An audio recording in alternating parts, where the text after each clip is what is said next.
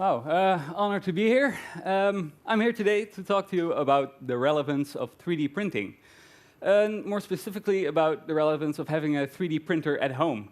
And my answer has a lot to do with the concept of symbolic value, something we all know as the mysterious force that somehow makes objects become more valuable instead of less valuable over time.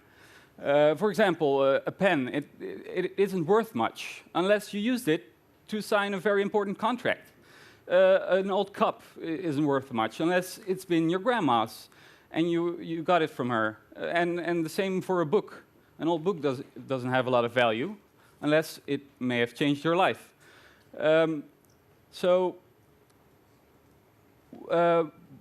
When you see these objects, and they have this value for you, you're the only person who sees that.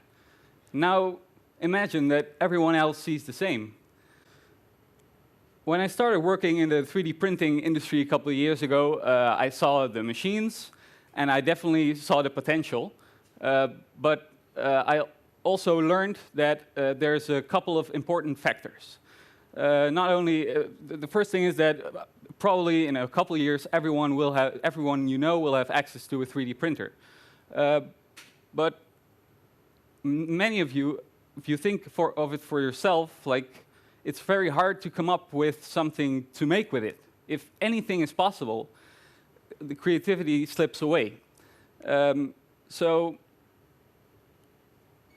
another thing that's important is the material. Like the material you're probably going to work with is plastic. That's because plastic is versatile, it's flexible, it's strong, but it's also very affordable, super important.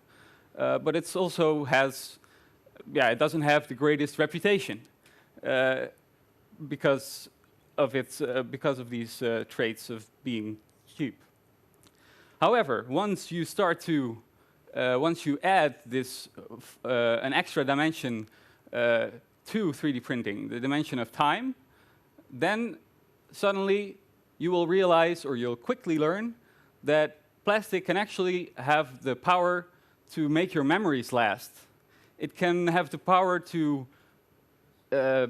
make your reality more rewarding, and it can actually, might perhaps, make your dreams come true. So what do you need to do to access this power?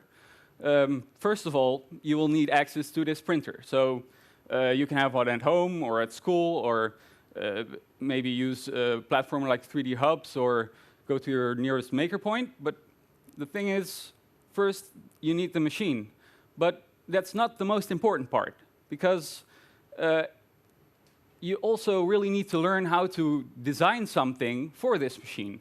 Because if you can only make what someone else has designed, then it's like giving a kid crayons, but tell them to only draw within the lines. You quickly get bored of it.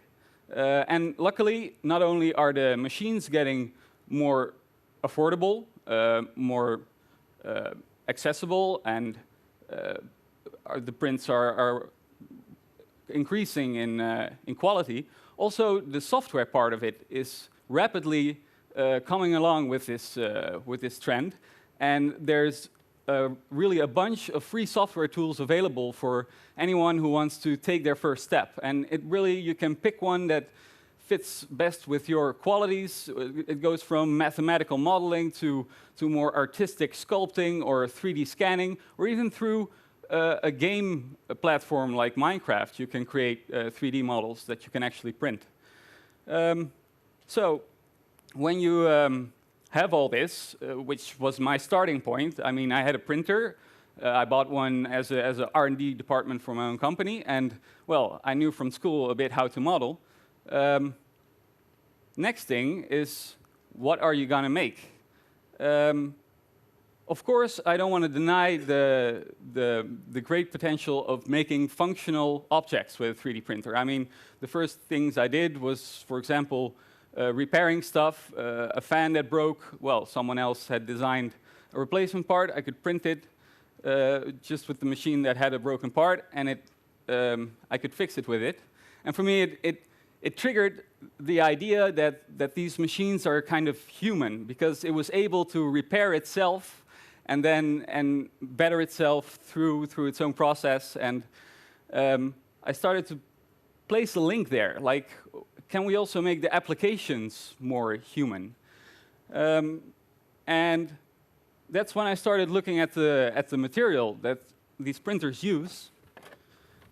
I brought one as well. It's essentially a roll with the plastic in a string put around it. But where other people see a string of plastic, I actually see a storyline waiting to unfold. And I'm just going to show you a few of those stories, and of which the first one was actually my first experiment with this. It started with a functional purpose, which I got from my girlfriend. She dug up this old cup from her grandma and said, well, it was valuable to her, but it was missing the lid. It's a sugar cup.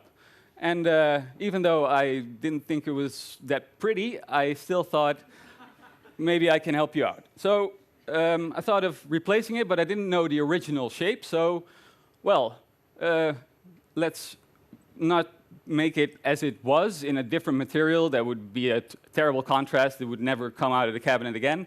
Let's replace this shape with an actual memory. So I just started to think of what I wanted to be reminded about, and our first holiday together came up when we visited the Greek island of Crete. And, well, what of this holiday to remember? Well, the first day we were there, we followed up on a tip to go to Balos Beach. It was supposed to be a very nice piece of beach we could go to with our rental car. However, we quickly figured out that the road there, well, it got bad. And it didn't get worse, it just ended. And we had to go for a couple of miles with this little tiny rental car off the road to end up at a cliff where we still had a half an hour of a hike to go down before we actually ended up at the water. But yeah, we had to admit the people who sent us there were right. It was really an amazing place with golden sands and warm water and almost no one there because no one else reached it. And yeah, it was really when I think back of that experience, the whole holiday comes back to me. So how to translate this back into the lid of a cup? I thought, well, I think other people should also be able to do this, so I'll just make it a few easy steps. I looked up the mountain we were on Google Earth, and I just traced the side view of the mountain and gave that some depth. And then I did the same for the little car we were in, just on a different scale. And I put them together to end up as the lid. So the mountain is actually the lid, and the car is the handle to put it on and off the cup. So now, when we serve the tea, we actually also put a story on the table.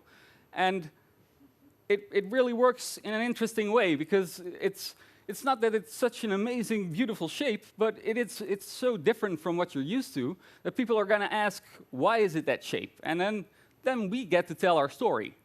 So it was a nice experiment, but I realized that when you're making these abstract notions tangible, it doesn't have to stay in the past. It can also be something more focused on the future.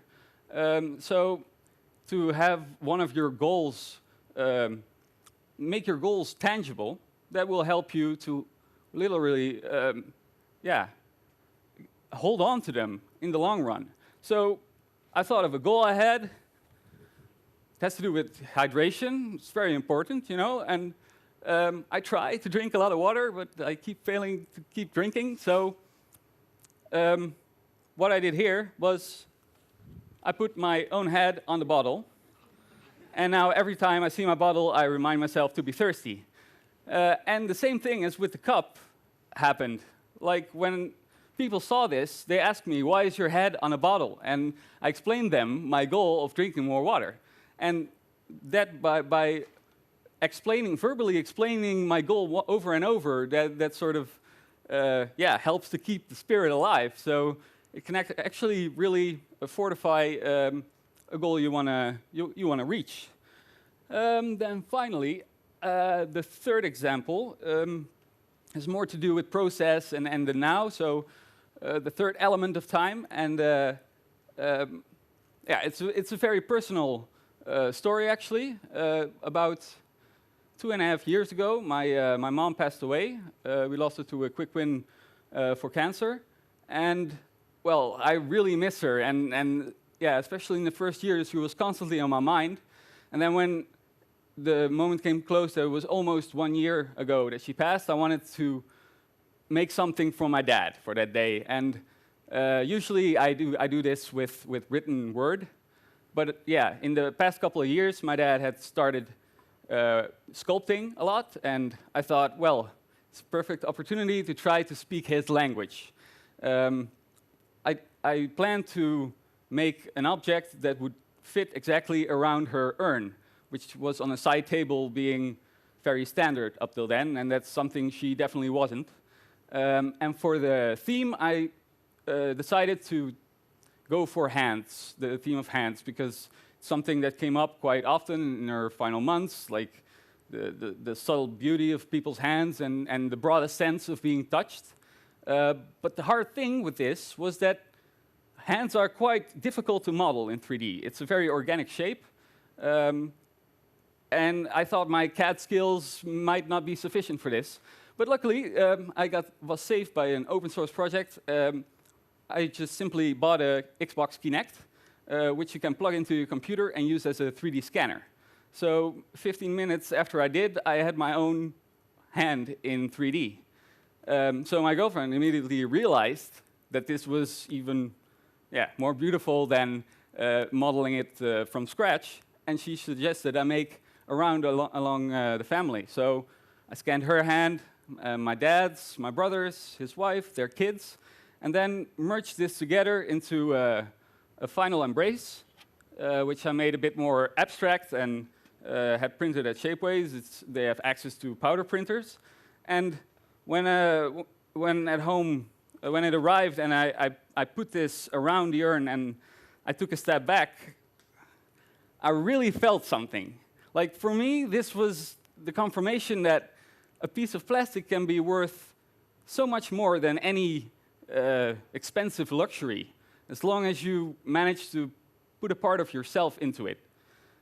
So I'd say, no matter if you want to make a memory last, or if you want to express who you are, or maybe if you just never want to let go, give your story 3 dimensions, and we'll certainly go far.